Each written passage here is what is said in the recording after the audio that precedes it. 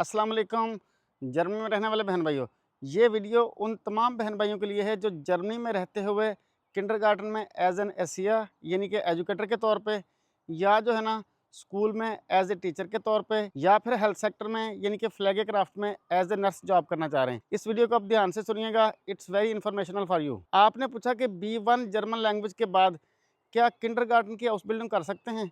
नहीं जनाब, किंडरगार्टन की हाउस बिल्डिंग करने के लिए आपको ऑफिशियल तौर पे C1 जर्मन लैंग्वेज चाहिए, या फिर कुछ एक्सेप्शनल केसेस में होता है ये कि आपको वो कह देते हैं कि आप जो है ना B2 जर्मन लैंग्वेज करके साथ जो है ना हाउस बिल्डिंग शुरू कर लें, और हाउस बिल्डिंग के दौरानिए में ही यानी कि उसके पहले साल में या उसके दूसरे साल तक या उसके एंड होने तक आप जो है ना हमें C1 जर्मन लैंग्वेज का सर्टिफिकेट भी दें। ये आपके सामने स्क्रीन पे जर्मनी की हेसन स्टेट का ऑफिशियल नोटिफिकेशन आ रहा है, जिसके अंदर ये मेंशन किया गया है कि आपको जो है ना C1 जर्मन लैंग्वेज चाहिए, और B2 भी एक्सेप्शनल केसेस में एक्सेप्टेड है। एक्सेप्शनल केसेस मीन कि आप जो ना हाउस बिल्डिंग के दौरान फर्स्ट ईयर में या सेकंड ईयर में C1 लैंग्वेज कोर्स भी उनको पैरेलली करके दें, यानी कि आप साथ साथ हाउस बिल्डिंग करेंगे, साथ साथ जो ना आप C1 की क्लासेस लेके C1 भी उनको करके देंगे। ये जो ऑफिशियल नोटिफिकेशन मैंने आपको दिखाया, ये जर्मनी की हेसन स्टेट का है। इसी तरीके से पूरे जर्मनी में आपको किंडरगार्टन की हाउस बिल्डिंग करने के लिए कम से कम B2 और जो है ना आपकी ट्रेनिंग के एंड तक यानी कि आपके हाउस बिल्डिंग के एंड तक आपको C1 करके देना होगा। और अगर आपने जर्मनी के स्कूल में as a school teacher job करनी है तो उसके लिए भी जनाब आपको C1 लैंग्वेज सर्टिफिकेट चाहिए। अगर आपने जर्मनी में नर्सिंग की हाउस बिल्डिंग करनी है तो उसके लिए आपको जो ना कम से कम B1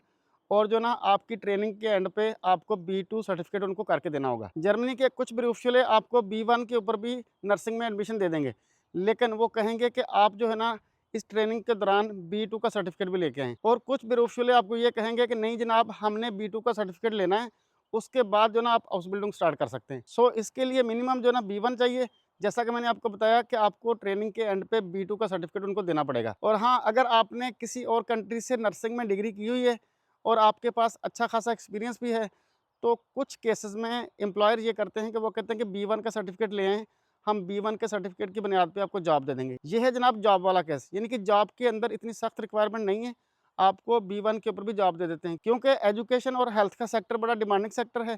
इसमें जो ना एम्प्लॉयज़ की हर वक्त कमी रहती है, तो इसलिए अगर आपके पास B1 का सर्टिफिकेट है और नर्सिंग की डिग्री है, अच्छा खासा एक्सपीरियंस है, चाहे किसी और कंट्री से भी आपने किया, तो आपको B1 के ऊपर भी कुछ एम्प्लॉयज़ जो ना जॉब दे देते हैं। और अगर आपने जर्मनी के किंडरगार्टन में एज ए किटा असिस्टेंट जॉब करनी है, या स्कूल के अंदर शूल बेगलाइटर यानी कि स्कूल असिस्टेंट की जॉब करनी है, तो उसके लिए जनाब आपका B1 सर्टिफिकेट भी एक्सेप्टेबल है। आपके पास थोड़ा बहुत एक्सपीरियंस होना चाहिए, आपको जो ना थोड़ी कम्युनिकेशन आनी चाहिए, तो उसके लिए आपका B1 सर्टिफिकेट भी एक्सेप्टेबल है। लेकिन इसके अंदर भी अगर आपके पास B2 सर्टिफिकेट है ना, तो वो आपके लिए सेफ है। उसमें यह कि जॉब की आपकी गारंटी है, आपकी जॉब बड़ी आसानी से हो जाएगी। और अगर आप जर्मनी में एज अ टारगेट मोटा जॉब करना चाहते हैं, तो it's a kind of baby sitter job, तो उसके लिए जनाब आपको B1 लैंग्वेज सर्टिफिकेट चाहिए। अब मैं आपको रीज़न बता दूं कि किंडरगार्टन में एज एन एजुकेटर या स्कूल में एज अ टीचर जॉब करने के लिए आपको C1 लैंग्वेज सर्टिफिकेट क्यों चाहिए, और टारगेट मोटा के तौर पे, या जो ना स्कूल असिस्टेंट के तौर पे, या जो ना किटा असिस्टेंट के तौर पे आपको जो ना B1 लैंग्वेज सर्टिफिकेट क्यों चाहिए। उसकी रीज़न ये है जनाब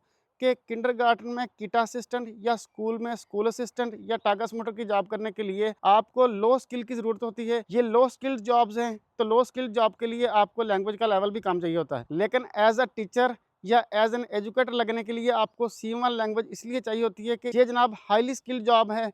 इसमें आपने उनकी नेशन बिल्ड करनी है, आपने जनाब बच्चों की रिपोर्ट्स लिखनी है। इसके अलावा जब आप एसीरियन की हाउस बिल्डिंग करते हैं यानी कि किंडरगार्टन की हाउस बिल्डिंग करते हैं, तो जो उसके एग्जाम होते हैं वो भी हाई जर्मन लैंग्वेज लेवल के अंदर होते हैं। इसके अलावा आपने बच्चों की डेवलपमेंट की प्रोग्रेस रिपोर्ट लिखनी होती है, वो भी आपको हाई जर्मन लैंग्वेज में चाहिए। अगर बच्चों का कोई चाइल्ड प्रोटेक्शन का केस है जो आप जुगेंडाम्ट के साथ मिलकर डिसाइड करते हैं, कोई लीगल इशू बन गया है, तो वो भी आपने एक्सप्लेन करना है। और जो C1 है ना, वो ब्यूरोक्रेटिक लैंग्वेज लेवल है या ऑफिशियल लैंग्वेज लेवल है। इसके अलावा जो किंडरगार्टन में बच्चे आते हैं वो मल्टीकुल्टी होते हैं, यानी कि मल्टीकल्चरल होते हैं, मुख्तलिफ नेशनलिटीज़ का उनका बैकग्राउंड होता है। तो उन्होंने भी जनाब आपसे ही फ्लुएंट जर्मन सीखनी है, अच्छी वोकैबुलरी के साथ, अच्छे एक्सेंट के साथ, अच्छी टोन के साथ, अच्छी लफ्ज़ों की अदायगी के साथ उन्होंने भी आपसे ही जर्मन अच्छे लेवल की सीखनी होती है।